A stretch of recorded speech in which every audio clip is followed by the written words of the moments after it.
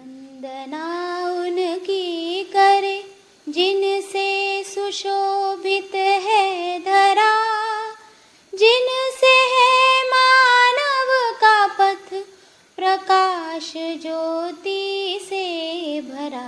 Page number 50, पहला para. अभी तक बाबा जी बता रहे थे कि मैंने 30 साल तक मैंने जांचा है। 30 साल का अध्ययन है, 30 साल की तपस्या है।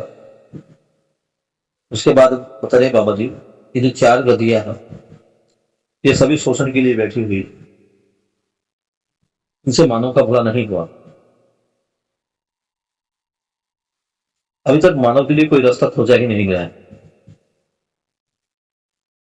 थोड़ा पानी पिला दे बेटा, थोड़ा पानी पिला दे।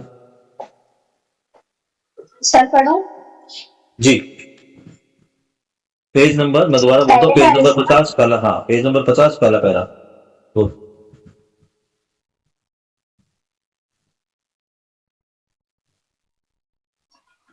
अब तक आपको इंगित हो गया होगा कि सह अस्तित्व ही परम सत्य है। पहले पढ़ दो सह अस्तित्व में, दोबारा पढ़ो इस लाइन को। नहीं, इसको पूरा पढ़ दो, पूरा पैरा पढ़ो। इस पूरे पैरा पढ़ो। हाँ पूरा पैरा पढ़ो, उसके बाद अगला पैरा पढ़ेंगे। ठीक है। अब तक आपको इंगित हो गया होगा कि सह अस्तित्व ही परम सत्य है। सह अस्तित्व में जीना ही हमारा परम धर्म है। यह समझ में आता है तो उसके लिए सारी समझदारी समीचीन है। समीचीन क्या होता है बताइए, अभी चलते रहो। यह बहुत सुलभ है। मेरे हिसाब से झूठ ज्यादा अधिक है, सच्चाई में जीना ज्यादा आसान है, ज्यादा सुगम है। मैं जीकर देखा हूँ। पहले जब प्रश्न से घिरा था, जीने में कितना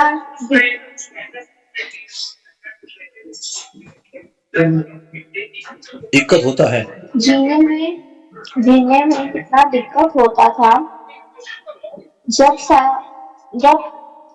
समाधान मिल गया तब प्रश्नों से मुक्त हो गया और जीना सुगम हो गया। यह बात आपको भी ठीक लगती है तो हमारा विश्वास बढ़ेगा ही।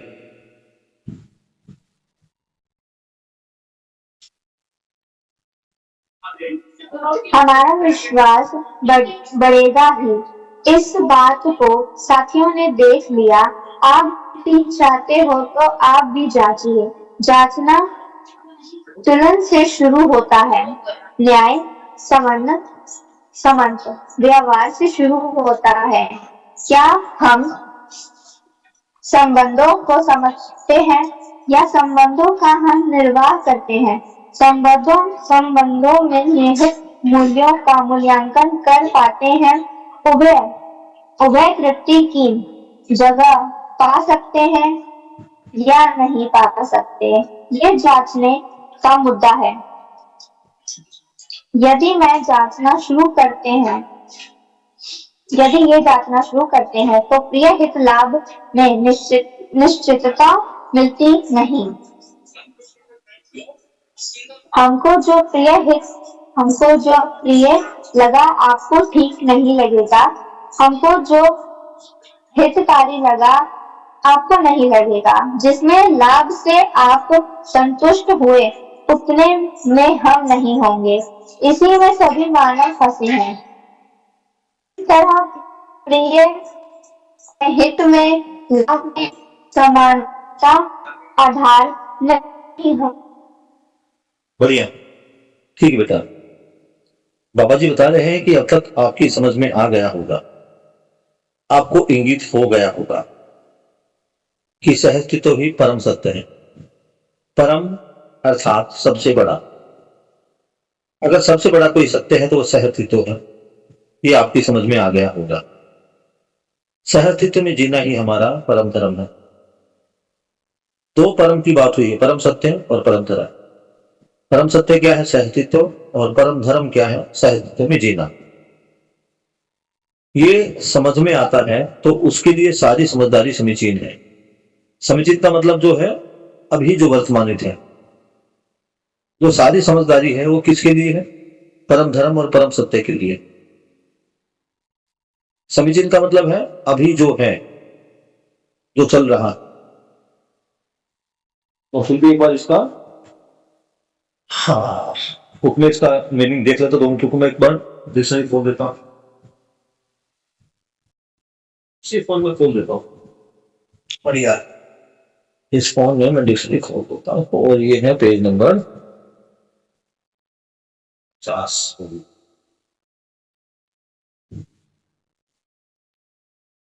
समीचीन का मतलब है समीप में होना, समकालीन होना, इस काल में जो हो रहा है, यानी जो अब चल रहा है। सारी समझदारी समीचीन है, यानी सारी समझदारी अभी है जो दिखाई दे रही है। ये सारी समझदारी समकालीन होना, इसी काल में होगी। हर काल में यही समझदारी है, बस मानव समझदार होना चाहिए। तो समीचीन का मतलब है इस काल में, इस समय में, वर्तमान में। यह बहुत सुलभ है। क्या सुलभ है? समझदारी। अब समझदारी सुलभ हो गई है। मेरे हिसाब से झूठ ज्यादा कठिन है और सच्चाई में जीना ज्यादा आसान है। बाबा जी यही समझा रहे हैं कि जहां तक मेरी समझ बनी है, झूठ के साथ जीना ये मुश्किल है और आसान क्या है?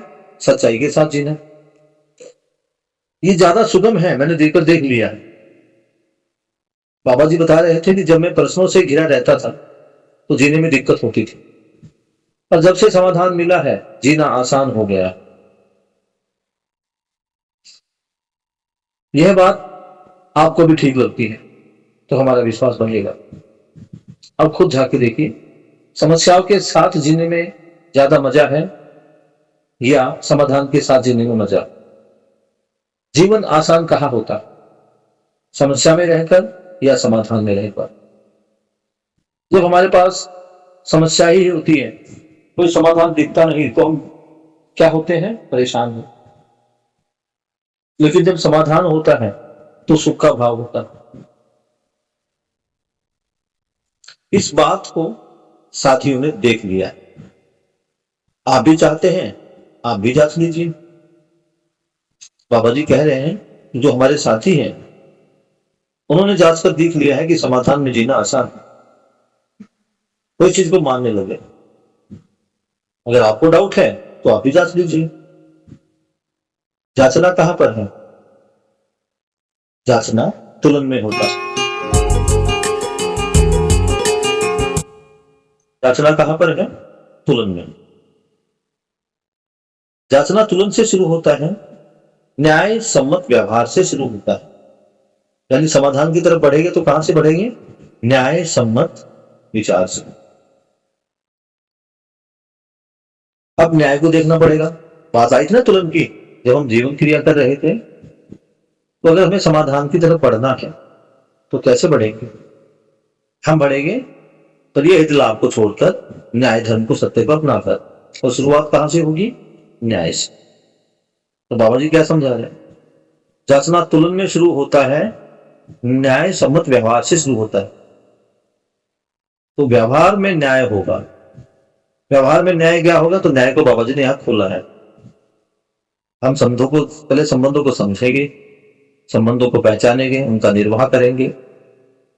संबंधों में जो निहित मूल्य है उनका मूल्यांकन करेंगे, मूल्यों में जिएंगे। बस जब मूल्यों का निर्वाह होगा तो उभय तृप्ति की जगह आ पाते हैं या नहीं आ पाते हैं, ये जांचने का मुद्दा है। यदि जब हम संबंधों की पहचान करके, मूल्यों की पहचान करके मूल्यों का निर्वाह करते हैं तो उभय तृप्ति होती ही है। ये जांच कर हम देख सकते हैं। यदि ये जांचना शुरू करते हैं तो प्रिय हित लाभ में निश्चयता मिलती नहीं। यदि हमने एक बार न्याय का स्वाद चख लिया, न्याय का आस्वादन देख लिया, न्याय में जीकर देख लिया, तो क्या कहते हैं बाबा जी, फिर प्रिय हित लाभ में मजा नहीं आएगा, उससे निश्चितता नहीं मिलेगी। निश्चितता मतलब उभय तृप्ति। निश्चितता किस चीज की? उभय तृप्ति की, यानी दोनों पक्ष खुश है। ये कहाँ मिलेगी? न्याय धर्म सत्य है। हमको जो प्रिय लगा आपको ठीक नहीं लगेगा, क्योंकि न्याय सबके लिए ही, उभय तृप्ति न्याय में ही पॉसिबल है। प्रिय हित लाभ में सबका प्रिय अलग अलग होता है, ये आपने ऑलरेडी जांच कर देख लिया। यदि हम खाने की ही बात करें तो सबका खाना, सबको जो प्रिय भोजन लगता है वो अलग अलग। अगर हम अध्यापक की भी बात करें तो किसी को कोई अध्यापक अच्छा लगेगा, कोई किसी। गाना, संगीत, फिल्म, पुस्तक, किसी की जांच से देख लें। जो प्रिय है वो मानव का कभी एक हो ही नहीं सकता, सबका अलग अलग ही हो। तो यही बात बाबा जी बता रहे हैं कि जो मुझे अच्छा लगता है वो हो सकता है आपको ना लगे। जो मेरे लिए हितकारी है, अब तीन चीजें हैं, प्रिय, हित और लाभ।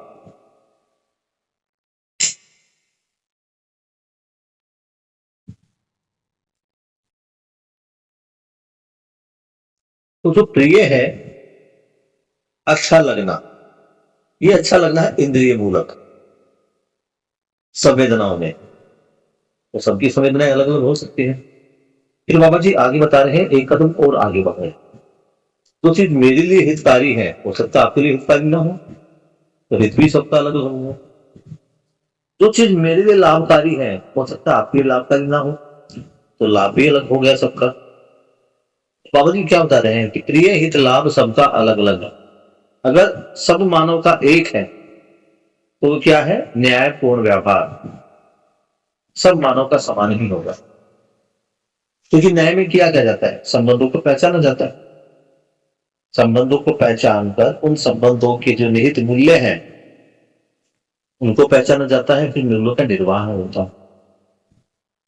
पर मूल्यों का निर्वाह, जो मूल्य है उन मूल्यों का मूल्यांकन, उन मूल्यों का अर्थ समस्त मानव के लिए एक ही है। तो बाबा जी जो बता रहे थे प्रिय हित लाभ सबके अलग अलग हैं, लेकिन न्याय और जो मूल्य है उन मूल्यों का जो अर्थ है वो सबके लिए एक ही है। जब हम बात करते धर्म की तो धर्म भी सबके लिए एक, समस्त पदार्थावस्था का एक ही धर्म है, समस्त प्राणावस्था का एक ही धर्म है, समस्त जीवावस्था का एक ही धर्म है, और समस्त ज्ञानावस्था का भी एक ही धर्म है, सुखपूर्वक जीना। ये कहते तो हम इसमें केवल सुख है, लेकिन इसमें सुख, शांति, संतोष, आनंद तीनों ही समाहित है।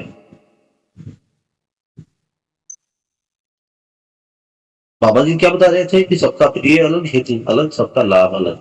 यानी कि हो सकता है कि मेरा लाभ कुछ और हो, आपका लाभ कुछ और हो। यदि जितना मैं लाभ कमाना चाहता हूं, मान लीजिए हम दुकान ही कर रखे हैं, आपकी दुकान अलग है, मेरी दुकान अलग है, आपका भी स्टेशनरी का दुकान, मेरा भी स्टेशनरी का दुकान, तो यहाँ जो लाभ है वो दोनों का अलग हो सकता है। मैं सोचता हूँ मुझे बस केवल 10% प्रॉफिट मिल जाए, आप सोचते 15 मिल जाए, दूसरा सोचता 20 मिल जाए, तीसरा सोचता 5% में ही काम बन जाएगा। सबका लाभ भी अलग है। तो प्रिय हित लाभ हमें संतुष्ट करेगा नहीं, इसी में हम सभी मानव फंसे हुए हैं। इस तरह जो प्रिय हित लाभ है उसमें कभी समानता हो ही नहीं सकती, ये समानता का आधार हो ही नहीं सकता। आगे कौन पढ़िए बेटा आगे, ये पैरा समाप्त हो चुका है। इस पैरे में कोई डाउट है तो आपको पूछ सकते हैं। आपने समीचीन शब्द का अर्थ पूछा था, समीचीन का मतलब है वर्तमान युक्त है, हो रहा है। आगे बढ़ो बेटा माही, और जब आप पढ़ो तो अपना कैमरा ऑन कर लिया करो ताकि वीडियो आपकी आए ना।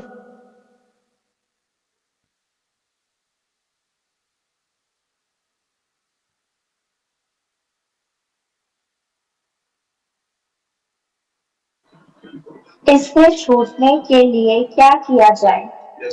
इस 3 तुलन प्रिय हित लाभ के बदले दूसरा तुलन न्याय धर्म सत्य रखा हुआ है। ये भी पूरा पारा पढ़ दूं सर? हाँ, ये पूरा पढ़ दो बेटा। ठीक है।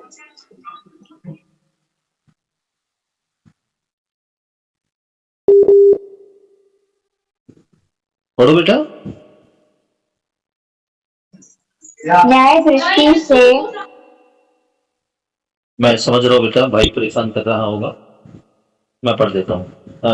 शानवी, आपके पास बुक ओपन है? नहीं सर, मैं पढ़ देती हूँ। नहीं, मैं पढ़ देती हूँ।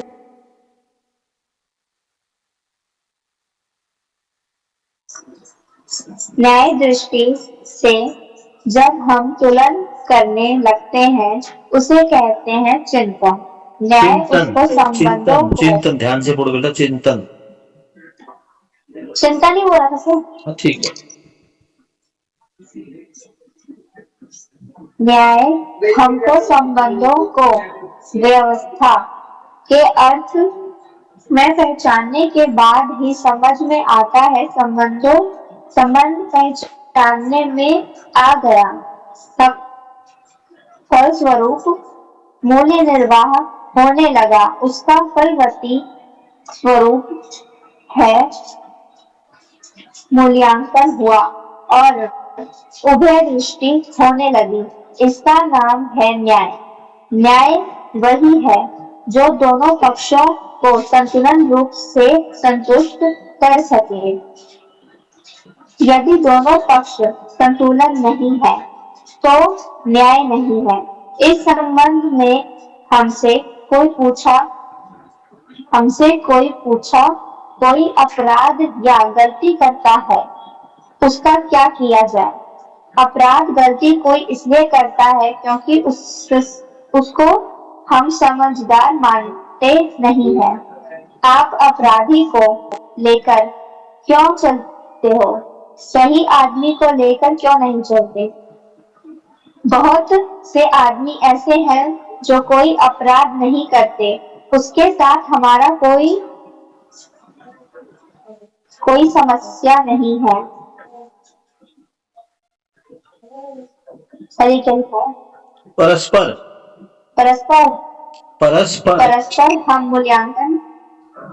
परस्पर हम मूल्यांकन करते हैं और उभय दृष्टि पाते ही हैं।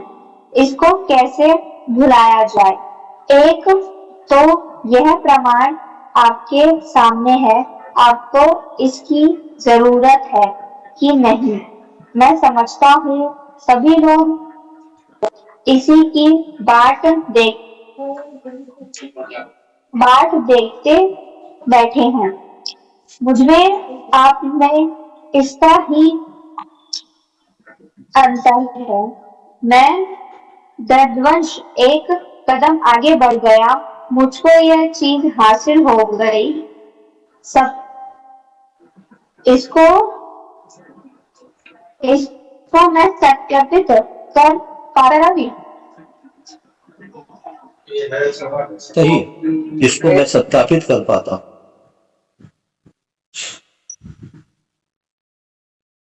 समझने के बाद आप भी यही सत्यापित करेंगे। इसमें इतना सुख है, इतना तृप्ति है, इस प्रकार सर्व मानव सत्यापित के योग्य हो जाएंगे। तब समझदारी की बात। इस पैर को दोबारा फिर से पढ़ लेते हैं समझने के लिए। इससे छूटने के लिए क्या किया जाए? इससे छूटने के लिए जो हमारे न्याय, ये प्रिय हित वाली जो दृष्टि, हमारी प्रिय हित लाभ, जो इसे छूटने के लिए क्या किया जाए? ये जो तीन तुलन है, प्रिय हित लाभ, इसके बदले जो दूसरे वाला तुलन है, यानी जो दूसरी दृष्टि है, न्याय धर्म सत्य, उसको देखिए। न्याय दृष्टि में जब हम तुलन करने लगते हैं उसे कहते हैं चिंतन। न्याय दृष्टि में हम क्या कर रहे हैं? चिंतन कर रहे हैं। न्याय हमको संबंधों को व्यवस्था के अर्थ में पहचानने के बाद ही समझ में आता है। अभी तक हम संबंधों की कैसे पहचान रहे हैं? मेरी माँ, मेरा पिता, मेरा भाई, मेरी बहन, मेरा बेटा। लेकिन हम उनको व्यवस्था के अर्थ में समझने का जब प्रयास करेंगे तभी न्याय समझ में आएगा। अभी तो हम परिवार में देख रहे हैं संबंध। एक माँ के लिए जब पड़ोस के सारे बच्चे एक समान हो जाएंगे, ये तेरा बच्चा मेरा बच्चा छूट जाएगा, तो ममता का दायरा बढ़ेगा। इसी को कह रहे हैं न्याय हमको संबंधों को व्यवस्था के अर्थ में पहचानने के बाद समझ में आता है। व्यवस्था के रूप में न्याय को देखना, व्यवस्था के अर्थ में संबंधों को देखना, पूर्णता के अर्थ में संबंध, पहले संबंधों को पहचान लिया जाए। तो संबंध का अगर हम अर्थ भी देखते, कहने को तो शब्द छोटा है संबंध, लेकिन बाबा जी ने इसकी परिभाषा अलग तरह से दी है। अभी तक आप संबंध का अर्थ क्या समझ रहे हैं, इसको देखें। संबंध का मतलब है मेरे रिश्तेदार, मेरे संबंधी, जिनके साथ मेरा कोई रिश्ता। लेकिन बाबा जी यहाँ रिश्ते के रूप में संबंध को नहीं देख रहे, ये व्यवस्था के रूप में देख रहे। और व्यवस्था भी कौन सी, जो हमें पूर्णता की तरफ लेके जाती है। तो संबंध का जो परिभाषा है बाबा जी को, ये बाबा जी ने संबंध का परिभाषा दिया है, उसमें क्या है, संबंध का अर्थ है पूर्णता के अर्थ में अनुबंध, पूर्णता के लिए अनुबंध। संबंध का मतलब है मैं जिसके साथ संबंध स्थापित कर रहा हूं उसको पूर्णता तक लेके जाना। पूर्णता अर्थात जागृति। तो मानव का संबंध किसके साथ है, जुड़ गया है, जागृति के साथ। अब हम जो आपस में गुरु शिष्य संबंध जो बना है, जो पिता पुत्री संबंध में हम सब बातें कर रहे हैं, मैंने आपको जन्म नहीं दिया, जन्म देने वाले आपके माता पिता कोई और है, लेकिन पूर्णता के अर्थ में यानी जागृति पथ में आपको जागृत लेके जाने में जो सहयोग है, उसमें मैं भूमिका निभा रहा हूं। तो हमारा जो संबंध है वो पूर्णता के अर्थ है, यानी मैं पूर्णता की तरफ जा रहा हूं और आपको भी पूर्णता की तरफ लेकर जाऊं। तो संबंध बाबा जी कहां कह रहे हैं, व्यवस्था में। तो जब संबंध हमको व्यवस्था के अर्थ में पहचानना आ जाता है तो न्याय खुल जाता है। संबंध पहचानने में आ गया, पहचानने में आते ही मूल्य का निर्वाह होने लगता है। हमें मूल्यों का निर्वाह करना नहीं है। जैसे ही हम बात करते हैं पिता की तो रिस्पेक्ट आ जाती है, बात करते हैं मम्मी की तो रिस्पेक्ट आ जाती है, बात करते हैं टीचर की तो रिस्पेक्ट आ जाती है, बात करते हैं भाई की तो स्नेह आ जाता है, बात करते हैं मित्र की तो सम्मान और विश्वास आ जाता है। ये स्वतः ही आ जाता है, लाना नहीं पड़ता। तो मूल्य अपने आप निर्वाहित होने लगते हैं। उसका फलवती स्वरूप है मूल्यांकन हुआ और उभय तृप्ति होने लगी। यानी न्याय हो रहा है या नहीं हो रहा, मूल्यों का निर्वाह हो रहा है या नहीं हो रहा, इसकी पहचान क्या है, उभय तृप्ति और संतुलन। मूल्यांकन अपने आप होने लगता है। अभी अगर हम यहाँ 6 लोग बैठे हैं, 5 लोग बैठे हैं, तो क्यों बैठे हैं, क्योंकि उभय तृप्ति हो रही है। परस्परता में दोनों खुश हैं, आप समझकर खुश हैं और मैं समझाकर खुश हूं। इतनी ही बात बता दो। जब मूल्यांकन होता है, किसका मूल्यांकन, कि मैं मूल्यों का निर्वाह कर रहा हूं या नहीं।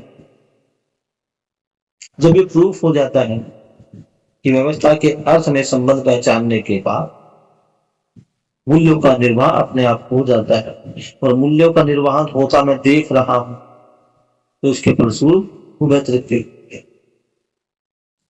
न्याय वही है जिससे दोनों पक्ष संतुलित हो जाए, दोनों में बैलेंस बना रहे, दोनों तृप्त हो जाए, दोनों संतुष्ट हो जाए, यही न्याय है। न्यायालय में जो न्याय किया जाता है वो फैसला किया जाता है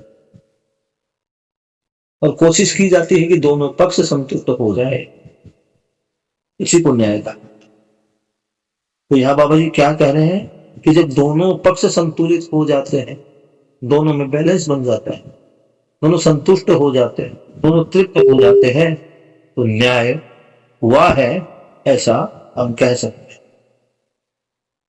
यदि दोनों पक्ष संतुष्टि नहीं पाते तो न्याय नहीं।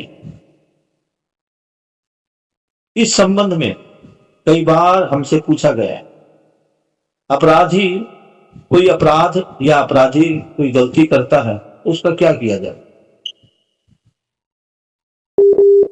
ये होता है और हमारे सामने भी ये सवाल आता ही है कि मेरा भाई ऐसा बार बार गलती करता है, तो फला फला आदमी, मैं कितना भी संबंध को पहचान के उसके साथ संबंध निभाने का प्रयास करूं, वो मानता ही नहीं, उसका व्यवहार ठीक नहीं होता।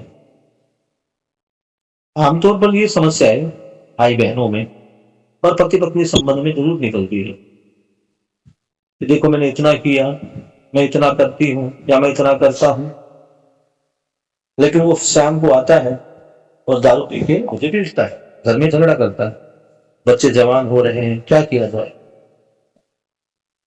और होता ही है ऐसा, कई घरों में होता है, ये नासमझी है। तो इसके बारे में बाबा जी क्या बता रहे हैं कि अपराध गलती को इसलिए करता है क्योंकि उसको हम समझदार बनाते नहीं। ये अपराध और गलती कौन कर रहा है? ना समझ आदमी, उसको किसी ने समझाया ही नहीं, तो उसकी गलती क्या? अगर उसको ये शिक्षा पहले मिल जाती तो वो भी समझदार हो। तो बस इतनी ही कमी है कि उसकी समझ में आया नहीं, कोई समझाने वाला मिला नहीं। दूसरा, आप हर बार अपराधी को ही लेके क्यों चलते हैं कि कोई अगर गलती करे तो, अगर कोई ना माने तो, अगर कोई ऐसा ना करे तो? अरे आप हमेशा नेगेटिव सोच के क्यों चल रहे हैं? न्याय करेंगे तो सामने वाला पहचानेगा ही। अब यहाँ कई बच्चों के सवाल इकट्ठा हो जाते हैं, हमारी भी सवाल थे कि मैं तो न्याय से जी पा रहा, लेकिन सामने वाला मुझे नहीं समझ रहा। तो यहाँ इतना ही देखना है कि आप तो समझदारी के रिश्ते पर हो, आप तो समझदार हो रहे हो, उसे समझने का मौका नहीं मिला। समाज में बहुत सारे इंसान ऐसे हैं जो गलती अपराध नहीं करते, उनसे तो हमारा कोई समस्या नहीं है। परस्पर हम मूल्यांकन करते हैं और उन्हें तृप्ति पाते ही हैं। जो नया समझ आदमी है, जब उसके साथ भी हम समझदारी पूर्वक जीते हैं, कई बार तो वो संतुष्ट होता ही, हम भी संतुष्ट हो जाते हैं। अब परिवर्तन तो धीरे धीरे आएगा। आप भी एक सीवर लेकर समझदार नहीं बने थे। इस समझदारी की यात्रा केवल एक सीवर तक सीमित नहीं है। 7 दिन में मानव समझदार नहीं होता, मेरा ऐसा मानना। क्योंकि दिल्ली सरकार ने दिल्ली के लगभग 50% टीचर वहां भेज दिया था शिविर। सबके सब समझदार होकर आ गए, ऐसा नहीं। जिसने इसको उचित माना, न्याय संगत माना, वो आगे बढ़ता रहा और वो इस न्याय को प्रमाणित करने के लिए निकल पड़ा। अगर मैं भी उस समय नहीं समझता और समझ के इसको हल्का फुल्के में ले जाता, चलो ठीक है 7 दिन आए थे, हापुड़ में मजे किए, पसंद का खाना खाया, खेतों में घूमे, एसी में सोए, कुछ अच्छा अच्छा सुना, यही तक सीमित रखते तो मैं भी अपनी दुनिया में लिप्त हो जाता और आप सब भी हो जाते।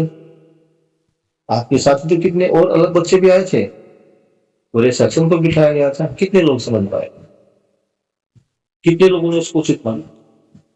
तो बाबा जी इतने समझा रहे हैं कि आप हमेशा अपराध करने वालों को, गलती करने वालों को ही ना देखें। समाज में बहुत सारे अच्छे लोग भी हैं, उनको देखें।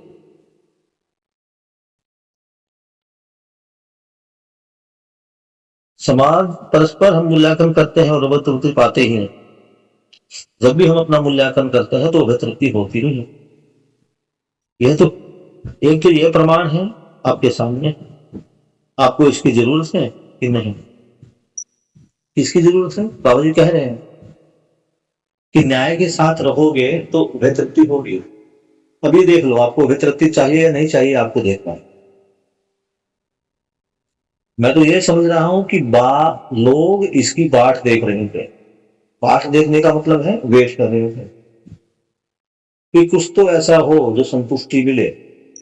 आज हर कोई सेटिस्फाइड होना चाहता है, संतुष्ट होना चाहता है, यानी संतुष्टि का वेट कर रहे हैं। कोई ऐसी चीज आए जिससे हमें संतुष्टि मिले।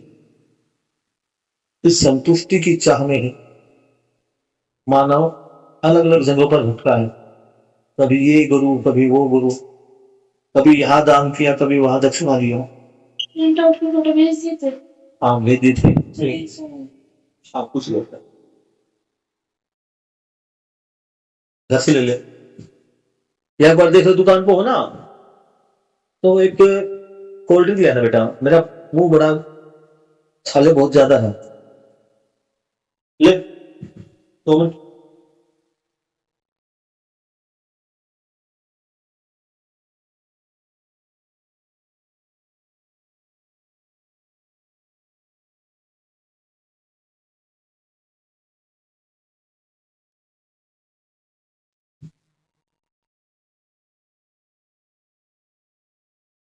बाबा जी कह रहे हैं कि हर कोई संतुष्टि चाहता। इस दुनिया में आकर संसार में कोई खुश नहीं। मुझे भी संतुष्टि चाहती थी, बस इतना ही फर्क है कि मेरे अंदर का दर्द इतना बढ़ गया था कि मैं एक कदम और आगे बढ़ गया। यानी पीड़ा तो सबको है। कौन सी पीड़ा है? सुख ना मिलने की पीड़ा। हर पिता को ये पीड़ा है कि उसका बेटा, उसकी बेटी उसकी बात नहीं मानते। हर बेटे की पीड़ा है कि उसके माँ बाप उसको नहीं समझ पा रहे। हर पत्नी की पीड़ा है कि पति नहीं समझ रहा, और पति की पीड़ा है कि पत्नी नहीं समझ रही। इस पीड़ा में दर्द, बाबा जी के अंदर भी दर्द था, लेकिन वो संसार की पीड़ा नहीं। वो पीड़ा थी बाबा जी के सवालों की। इन सवालों के जवाब बाबा जी को नहीं मिल पाए। तो यही कह रहे हैं कि मेरी पीड़ा थोड़ी आपसे ज्यादा थी, मेरा दर्द आपसे ज्यादा था। बेटा भानु, ये ले, सोनू के साथ लगा, फिर लेने जाइए।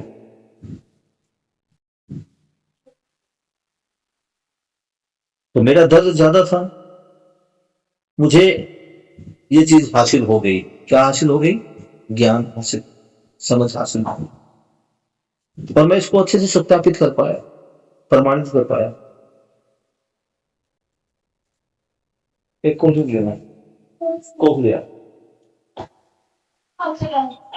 समझने के बाद आप भी यह सत्यापित करेंगे। क्या सत्यापित करेंगे? वह तृप्ति, अपने अंदर जो संतुष्टि है उसको आप महसूस करो। इसमें इतना सुख है, इतनी तृप्ति है। इस प्रकार सर्व मानव सत्यापित करने के योग्य हो जाएगा। क्या सत्यापित करना? समझदारी को। तब समझदारी सत्यापित होगी जब मानव खुद समझदार। कब समझदार होगा? जब प्रिय के तुलन, प्रिय लाभ का जो तुलन है, प्रिय लाभ की जो दृष्टि है, उससे आगे देखेगा, न्याय धर्म सत्य को देखेगा। तब बाबा जी क्या कह रहे, उसको समझ हो, समझ होगी, समाधान होगा। समाधान होगा तो तृप्ति हो। पहले स्वयं, जो स्वयं में तनाव है उससे मुक्ति मिले, फिर परिवार की तरफ आगे बढ़ेगा। पूरा परिवार समाधानित, हर एक मानव समाधान को, उसके बाद मिलकर उत्पादन करेंगे, परिवार में समृद्धि आए, और समृद्धि हर तरह से आए। इस तरह सुख, शांति, संतोष, आनंद, समाधान, समृद्धि, अभय और सहस्तित्व, ये सारी चीजें प्रमाणित होगी, सत्यापित होगी। सत्यापित होना है, प्रमाणित होना, सर्टिफाइड होना, प्रूव होना। इतना अभी तक बाबा जी ने समझ लिया। ये पेज नंबर 58 पर खत्म होता है। अगर आपकी समझ में कोई बात ना आई हो तो आप पूछ सकते हैं। अगर समझ में आ गई हो तो बहुत बढ़िया है। अभी समय है, अगर आपका कोई सवाल है, कोई भी सवाल अध्ययन से संबंधित है, तो आज हमारे पास 20 मिनट का समय है, ले सकते हैं। माही और शानवी, क्या आपका कोई सवाल हो?